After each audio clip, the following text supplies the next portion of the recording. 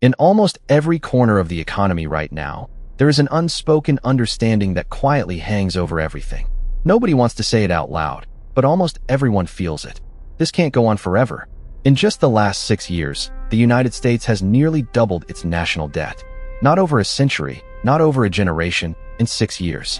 And we now pay more than $1 trillion every single year just in interest on that debt. Not to pay it down, just to service it.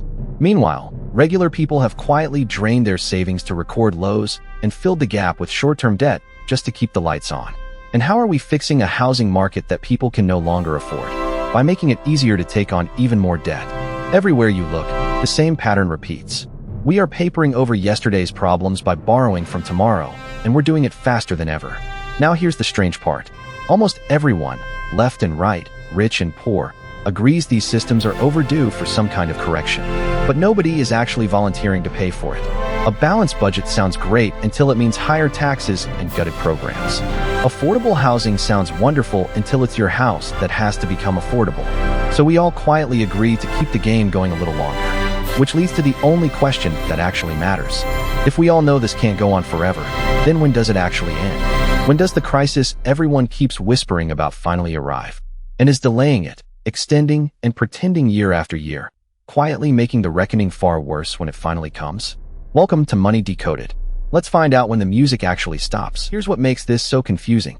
For as long as most of you have been alive, we've been told the national debt is a crisis just waiting to explode.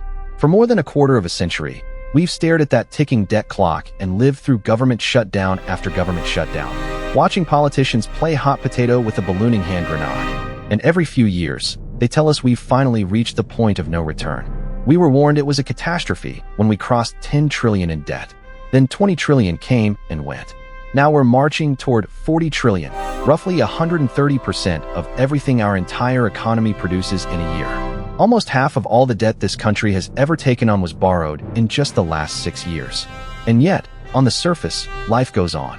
The stores are open. The markets are near record highs. The catastrophe we were promised never seems to actually arrive. So here's the uncomfortable question that should keep you up at night. The government has spent roughly $15 trillion more than it collected in taxes in just the last 5 years. So why don't you feel $15 trillion richer? Where did all that money go, and why hasn't the bill come due? The truth is, this debt is not going to detonate in a single dramatic explosion the way the movies taught you to expect. The real story is stranger, slower, and far more important, because understanding it is the only way to see when the game actually changes. And it starts with a simple fact. There are only 6 ways out of a hole this deep, and 5 of them nobody wants to talk about. So the government is buried under a mountain of debt that only ever seems to grow in one direction. And when you strip away all the political noise, there are really only 6 ways this can end. Just 6. Option 1, we grow our way out. If the economy grows faster than the debt slowly shrinks in comparison, like a bigger salary making an old loan feel small. Option 2, we inflate our way out. Let the value of the dollar quietly fall so the debt becomes easier to repay with cheaper money. Option 3, we raise taxes and actually collect more. Option 4, we cut spending and hand out less. Option 5, we turn into Japan, locking ourselves into low growth, low interest, and low expectations for decades to avoid a bigger blow-up. And Option 6, the crowd favorite, we simply kick the can down the road and make it someone else's problem. Now here's what you need to understand. Every politician, no matter the party, campaigns on Option 1, growth, because growth is the only option that sounds painless. Nobody wins an election by promising higher taxes, slashed benefits, or years of sacrifice. So they promise to get rich instead. But while they promise Option 1, what they actually do, over and over, is Option 6. Kick the can, delay, pretend, pass it forward. And they've gotten so good at it that we've now been kicking this same can for decades. The problem is that each of those first 5 real solutions comes with a cost somebody has to swallow. And every year we delay, that cost quietly grows. So let's actually walk through them, because once you see why the easy options no longer work, you'll understand exactly how much trouble we're really in. Let's start with the option everyone loves. Growth. Just grow the economy faster than the debt, and the problem takes care of itself. It's the dream, because it requires no sacrifice from anyone. And for a while, it actually worked. The trouble is, the math has quietly turned against us. Because lenders now demand higher interest to keep lending to us, we are spending somewhere around 4% of our entire economy, just on interest payments. Think about what that means. Just to tread water, just to stop the debt from getting worse, the economy would need to grow by roughly 4% every single year, year after year, forever. And historically, in a good era, we've averaged closer to 3. So growth alone, the painless miracle everyone is counting on, no longer even covers the interest. Okay, so what about just printing our way out? Let inflation run hot for a few years and quietly shrink the real value of the debt. On paper, it sounds clever. The debt is a fixed number, so if the dollar loses half its value, the debt effectively shrinks by half. But here's the catch. This trick only works once. The moment lenders realize you're willing to inflate away what you owe, they demand much higher rates than next time you borrow to protect themselves. To them, quietly inflating away the debt is almost the same thing as not paying them back at all. And in the meantime, that same inflation lands like a wrecking ball on regular people already crushed by the cost of living. So the two painless options, grow and inflate, are either no longer enough or actively dangerous, which leaves only the painful ones. Raise taxes, cut spending, or slowly turn into Japan. And since no politician wants to be the one holding that bill, they keep reaching for the same escape hatch. They kick the can. So let's look at exactly how that game is played, because it's far more reckless than it looks. Kicking the can down the road sounds harmless. Just delay the hard decision, keep the lights on, deal with it later. But the way our government actually does this is genuinely reckless, and most people have no idea how close to the edge we regularly get. Every so often, the government hits its own self-imposed borrowing limit, the debt ceiling. And instead of quietly raising it, one side uses it as a hostage. They threaten to let the country default on its own bills unless they get what they want politically. This isn't rare. We've come dangerously close to the edge 3 separate times in just the last 15 years. In one of those standoffs, the Treasury, the checking account of the entire United States government, was drained down to less than $40 billion. For a country that spends that in a day or two, that's essentially running on fumes. At the climax of that fight, we were less than 48 hours away from the government simply not being able to pay what it owed. Think about that. The most powerful economy on earth, voluntarily walking itself to the edge of a cliff over a political squabble. And it leaves marks. After one of these fights, our credit rating, the score that says how safe it is to lend to us, got stripped of its perfect top grade for the first time in history. Then it happened again. Lending to America is no longer considered completely risk-free. Picture a game of Jenga. Every year we pull another block and stack it higher. Playing chicken with the tower when it was small was foolish. Playing the exact same game now, with a tower this tall, is something else entirely. Because eventually, one wrong move doesn't just make the tower wobble. And here's the part almost nobody understands. The real danger was never the thing you're afraid of. When people panic about the national debt, they picture the same nightmare. One day America can't pay, the checks bounce, and everything collapses overnight. But that's not actually the risk, and understanding why is the key to this entire story. Technically, the United States can always pay its debts, because it can always create more of its own dollars to do it. Lenders know this. So the real fear was never that they won't get their money back. They will. The real fear is far more subtle. It's that by the time they get paid back, the money itself won't be worth what it used to be. That's the quiet crisis hiding underneath everything. A lender hands over real value today and gets back dollars years later that by less. Either because inflation ate them away, or because the world slowly decided it no longer wants to hold as many dollars as it used to. And that fear has a price. The more nervous lenders get, the higher the interest they demand to keep lending to us. And that is exactly what's happening. As more of the world quietly looks for ways to diversify away from the dollar, we've had to offer more and more interest just to keep borrowing. The result? The total amount we spend just on interest has nearly tripled in the last 5 years alone. It's a vicious loop. Higher debt spooks lenders. Spooked lenders demand higher rates. Higher rates mean bigger interest bills, and bigger interest bills mean even more debt. So the crisis was never going to be a single day where the money runs out. The crisis is a slow bleed, a gradual erosion of what your money is actually worth, happening quietly in the background right now. Which brings us to a question that should be almost impossible to answer. If all of this is true, if the foundations are this shaky, then why on earth hasn't the whole thing collapsed already? Here's what should genuinely puzzle you. Over the last few years, we've taken the economy, which we're always told is a delicate Swiss watch where one wrong move triggers disaster, and we've beaten it with a jackhammer. Trade wars, political standoffs, the fastest interest rate hikes in decades, a near default, wild uncertainty at every turn. plenty of far more stable economies have collapsed under far less pressure. And yet, ours kept running. The economy still grew. Unemployment stayed relatively low. And the stock market, which is supposed to hate chaos, floated near all-time highs through all of it. So how? How is the patient still walking around after all this? The first answer is one you've probably felt, but couldn't quite prove. Artificial intelligence.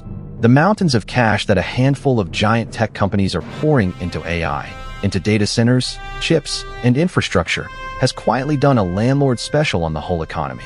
It slapped a fresh coat of paint over all the rot and the cracks, so that on the surface, everything looks fine.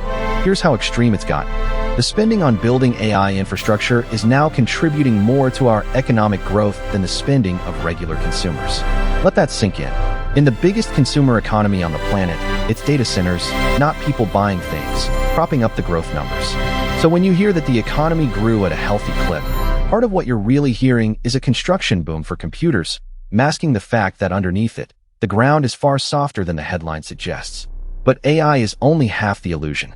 The other half looks even healthier on paper, and it's somehow even more alarming. So the economy looks strong. Growth is up, exports are up, trade looks better than it has in years. And every one of those good numbers has a disturbing story hiding behind it. Take our exports. They've jumped, which sounds like a triumph, until you look at what we're actually selling more of. The single fastest growing export hasn't been cars, or machines, or technology. It's been gold and silver. In 1 year, gold exports exploded by hundreds of %, and silver even more.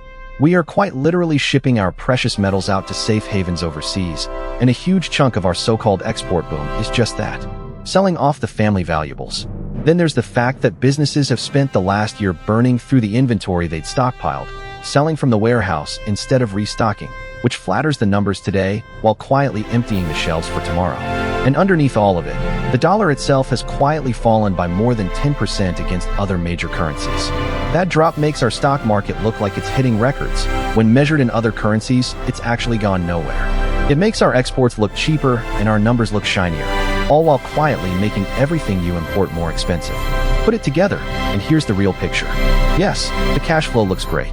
But it looks great the same way a household looks rich while it's living off canned beans in the pantry and selling the car for grocery money.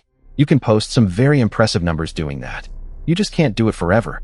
And the reason we keep doing it, the reason we're so addicted to consuming today at tomorrow's expense, goes all the way back to something built into the very foundation of this economy. To understand why this economy is so fragile, you have to understand one strange, almost unbelievable fact about it. Americans are the greatest consumers the world has ever seen, and it isn't even close. With just 4% of the world's population, the United States is responsible for roughly a third of all consumer spending on the entire planet. Consumption now makes up nearly 70% of our whole economy. Compare that to China, the world's second biggest consumer market, where spending is closer to 38% of their economy, and you start to see how unusual we really are. We love to buy things, and we are not afraid to go into debt to do it. But here's what most people don't realize. This wasn't an accident, and it wasn't just culture. It was built. After World War II, America had a problem. We'd constructed this enormous industrial machine to churn out tanks, planes, and ships, and suddenly the war was over.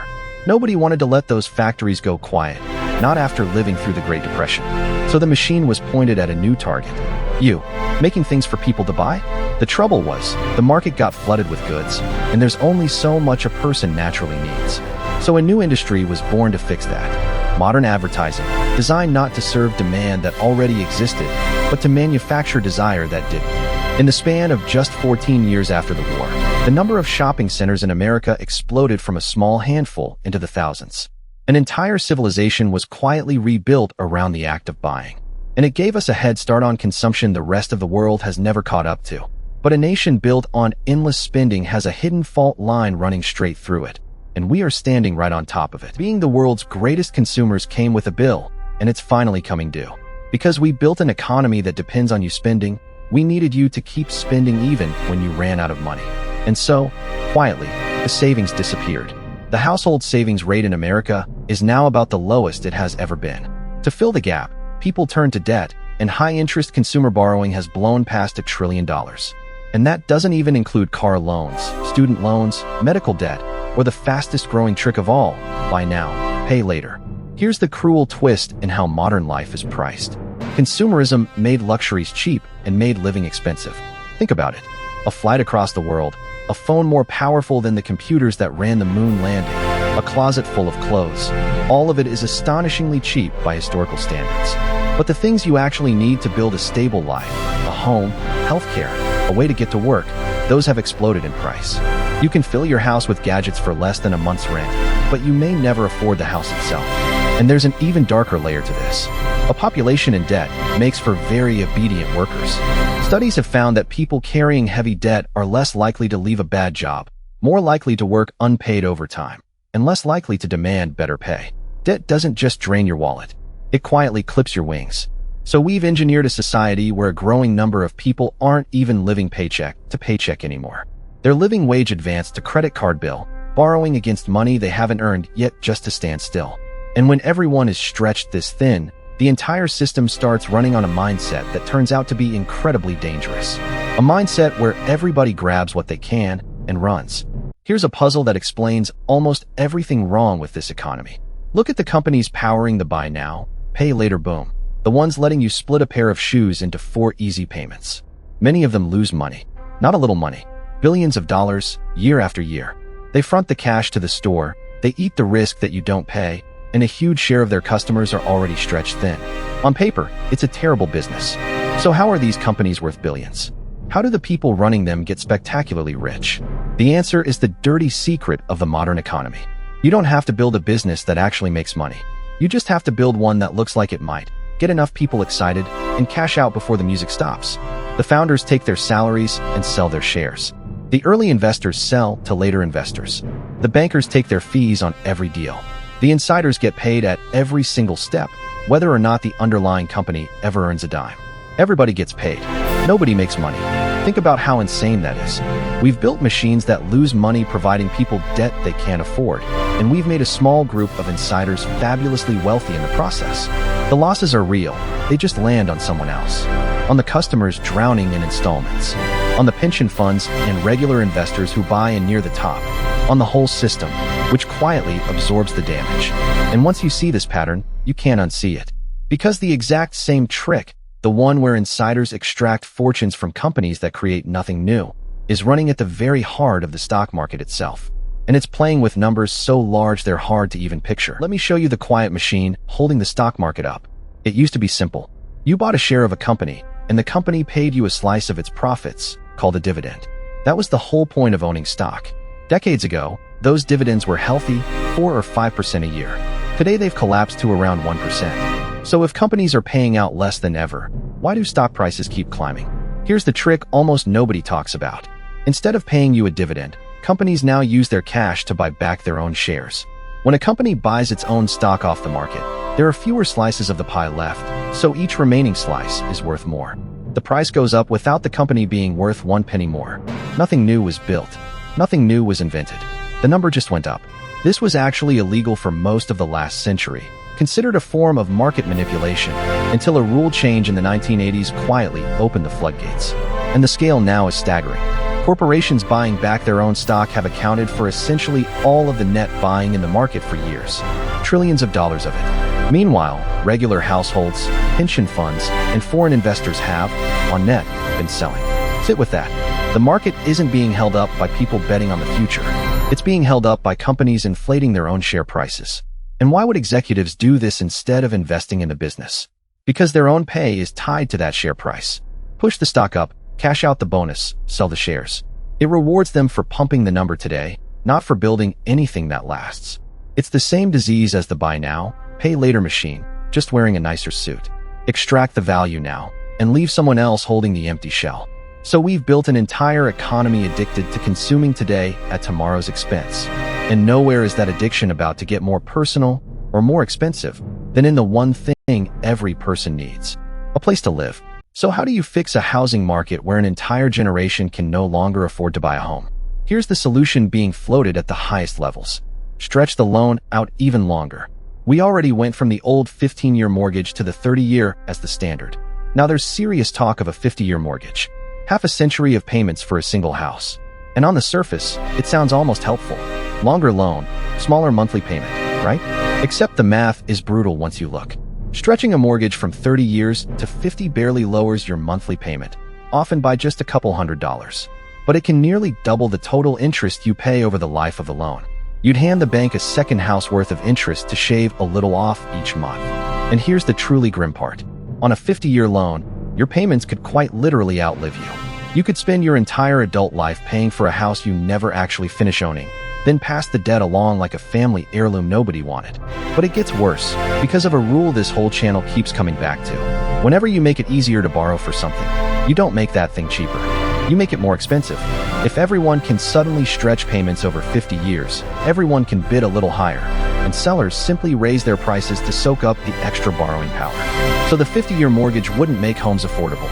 It would just make them cost even more, while chaining you to the debt for twice as long. Japan actually tried something like this during its property mania, offering multi-generational, 100-year loans. It didn't create affordable housing. It helped inflate one of the biggest real estate bubbles in history, and when it burst, prices fell for decades. So if this idea is so obviously bad for regular people, you have to ask the only question that ever really matters. Who is it good for? Whenever a policy makes no sense for regular people, follow the money, and it suddenly makes perfect sense for someone. So who benefits from stretching mortgages to 50 years? Start with the obvious. The lenders. A loan that lasts twice as long and collects nearly double the interest is a dream for whoever holds that debt. But the deeper answer is about a market that has quietly seized up. Right now, housing is frozen. Prices climbed so high, and borrowing got so expensive, that regular buyers step back and sellers refuse to lower their prices. Almost nobody's transacting.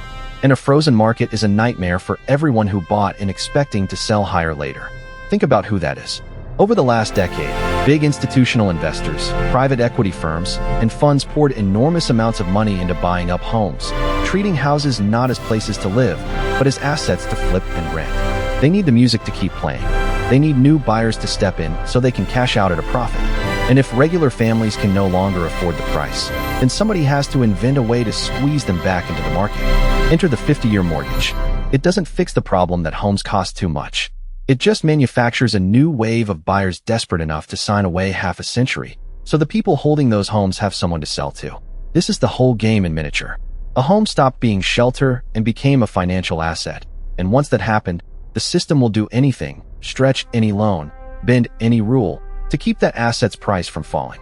Even if it means handing the bill to your children and your children's children. It is the ultimate kick of the can, borrowing not just from your future, but from a future you'll never even see. Which brings us, finally, to the question this entire story has been building toward. If all of this is true, then when? When does the crisis actually happen? So after all of this, the debt, the buybacks, the frozen housing market, the 50-year loans, let's finally answer the question you came here for. When does the crisis actually happen? And the honest answer is the one nobody wants to hear. It's not a date. It's a direction. We've been trained by movies and headlines to expect a single dramatic moment. A screen full of red. A banker jumping from a window. A day the whole thing detonates. But that's not how this ends. This isn't an explosion. It's an erosion. The crisis isn't a future event you're waiting for. It's a process you are already living inside. Ask yourself, why does everything today feel so extreme? Why is every economic story described as unprecedented, record-breaking, the most since we started keeping track? The biggest debt, the lowest savings, the most bizarre policy ideas anyone has ever floated. That word, unprecedented, keeps showing up for a reason. It's the sound a system makes when it's under enormous, quiet strain, reaching for tools it never had to use before. The crisis doesn't arrive with a bang. It arrives as a slow, grinding erosion of what your money can buy, of what a stable life costs, of how hard you have to run just to stay in the same place. There is no bell that rings, no alarm that sounds, no official who steps up to a microphone to announce that the music has stopped. That's exactly why it's so dangerous, and exactly why almost everyone will keep dancing right up until the floor is gone. But here's the thing. If the crisis isn't a date you're waiting for, then you're not powerless standing around waiting for it. Which means the most important question isn't when it happens.